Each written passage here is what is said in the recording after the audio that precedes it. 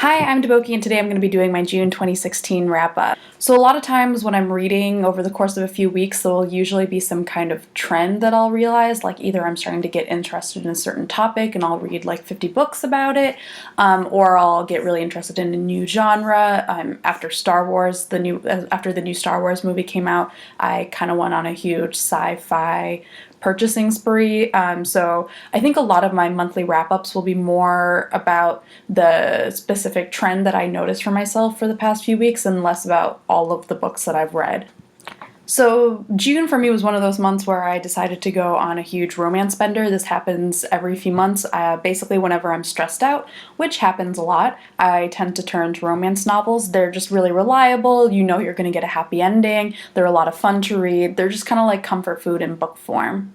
But by the same token, I actually don't really like reviewing romance books that much because I feel like even more so than a lot of other genres, a lot of your response really just comes down to personal preferences. There's so many different tropes, different types of characters, different dynamics that I think a lot of readers, at least I'm generalizing for myself, but like when I go looking for a romance novel, a lot of times I'm really looking for a very specific dynamic. So if a book doesn't meet those requirements, I don't like it, which means that it's not necessarily a bad book, it just wasn't for me. But one of the great things about romance novels is that romance authors tend to be very prolific. So if you find an author who you like, you're usually guaranteed a whole catalog of books that whenever you just want to have something fun to read, you know you can rely on that author for. So this month I decided to give 3 authors who I haven't really read a chance, and then I decided to also revisit an author who I had only read one book of before. So starting with the new authors, the first new author for me was Sarah MacLean. She writes Regency romances, which is actually a genre of romance that I don't read too often. I usually prefer contemporary, maybe urban fantasy, paranormal-y type romances, but I had heard her books recommended a lot, so I decided to give her Rule of Scoundrels books a try. There are 4 books in this series. They follow a group of friends who run a gambling den in England, and I actually didn't read these books in order. I started with the second book, and then I moved to the 4th book, and then I went to the 1st book, and I still haven't read the 3rd one. So the second book is One Good Earl Deserves a Lover, and it's about this super nerdy young woman who's about to get married, and she's concerned because she doesn't know about some of the more physical aspects of marriage, so she actually turns to one of the owners of this gambling den to kind of help her learn, and of course, hijinks ensue. The 4th one, Never Judge a Lady by Her Cover. I can't actually describe the plot too much without spoiling things that happen in the earlier books, but it's really good. So if you do want to read it and you read the series and you don't want to be spoiled, don't read the Amazon summary either because you will be. And then the first book, A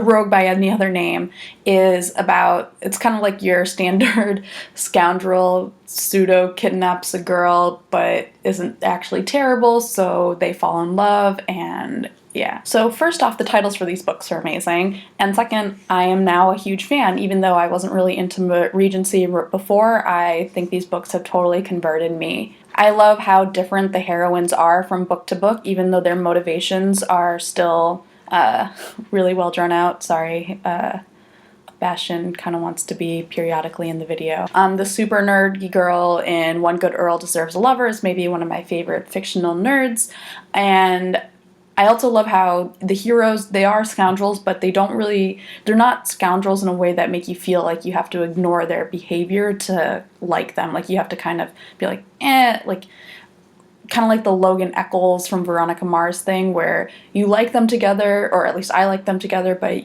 I also have to be like, he's kind of terrible.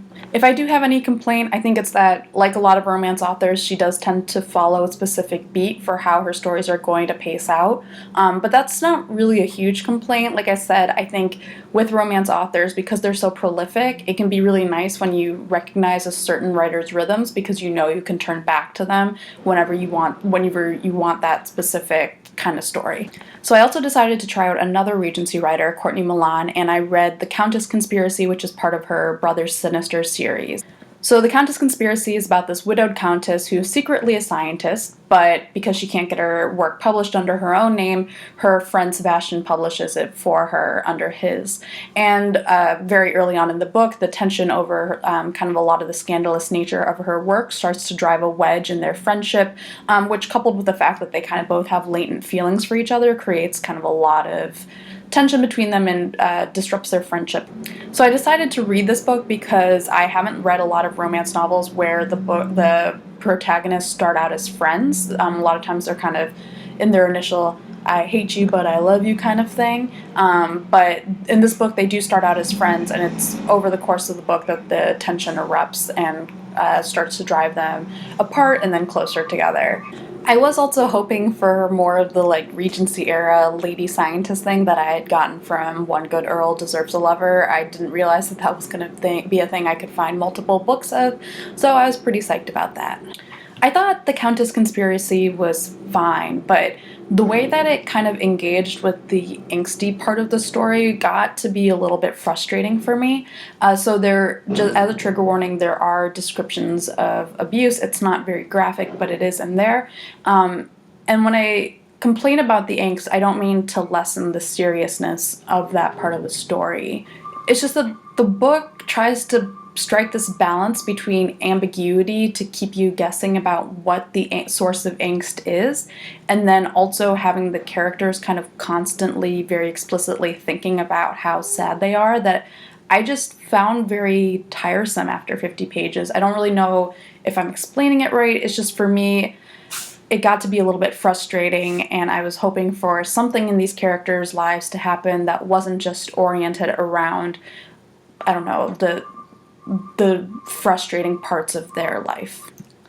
This might also be specific to me, but there was some major rewriting of scientific history in the book, and it did take me out of the plot, and by the end I kind of found myself just skimming through the pages to finish the book. I do think I'll give more Courtney Milan books a try, because I liked the way that she drew her characters out overall. I thought they were really interesting characters.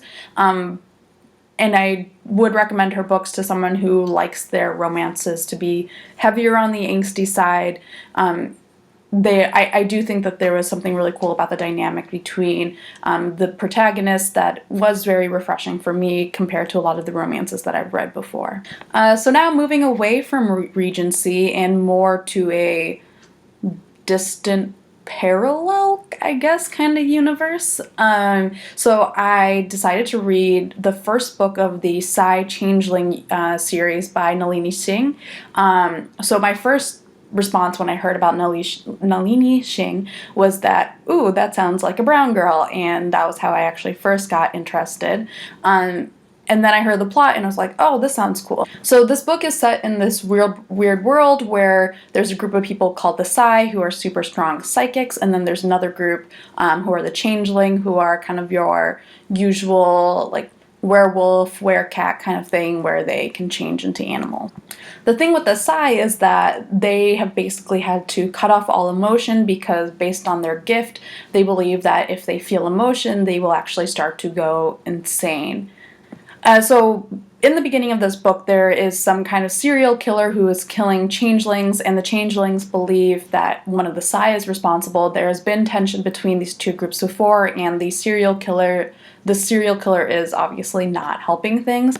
So one of the changeling leaders is trying to solve this mystery by getting closer to one of the Psy. She is trying to reconcile the fact that she is attracted to this man with the fact that she's not supposed to have emotions or she might go insane. So basically sparks are flying, serial killers are getting caught, and weird mental shenanigans are happening.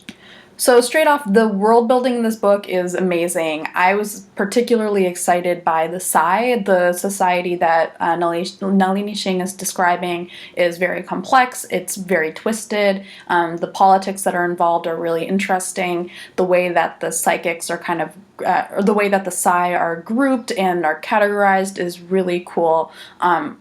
Cool might not be a great way to describe it, but it is really fascinating. I found the Changeling world to be a little bit less exciting, maybe because it's more rooted in familiar stories. the society is very much what you expect if you've read any kind of werewolf story before, so that was less exciting. So while I did like the world building of this book, I think that this is ultimately one of those books that's just not for me. The romance is very much one of those like pact mate, instant bond kind of things that I just don't really enjoy, I guess. I know other people do, and so if you like that, I think this would be a great book to read, especially if you like mysteries. It just, for me, kind of like the Countess Conspiracy, I found myself skimming through the last pages just to finish the book. So those were the three authors who I tried for the first time. That was Sarah MacLean, Courtney Milan, and Nalini Singh.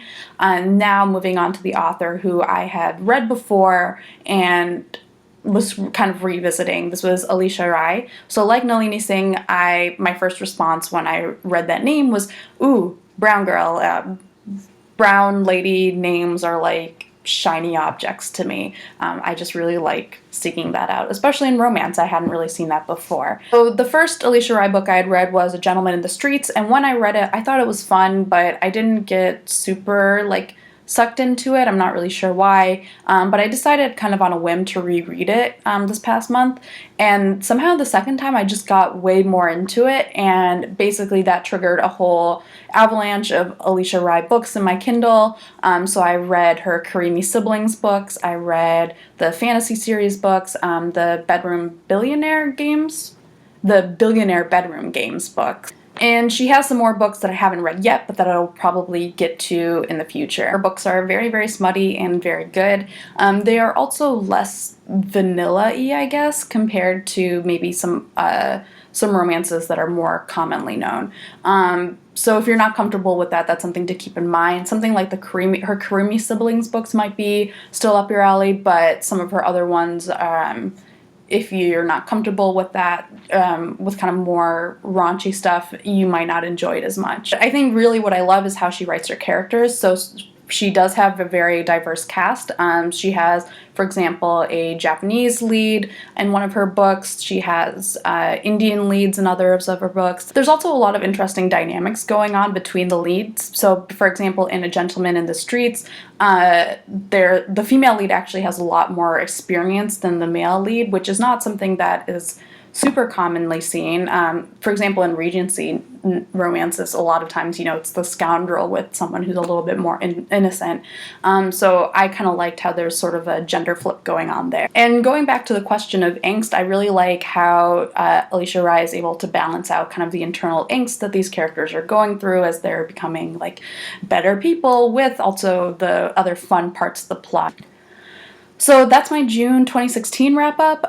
Next month this month, I will probably be doing the Booktubeathon if I can get my shit together. So I think a lot of what I'll be reading for July will follow along with those parameters, but the general thing that I'm noticing is that I think I'm giving more, I'm trying books that are more out of my comfort zone. So I'm reading some short stories, I'm reading some poetry. I'm really terrible at reading poetry because I'm super literal as a person, so we'll see how that goes. I'm excited. So let me know about your favorite romance authors. If you have any books that you recommend, I'm always looking for more romance for the next time that I am super stressed out and want something to read. You can leave in the comments below. You can also find me on Twitter, and I also have a blog that I write. So yeah, until next time.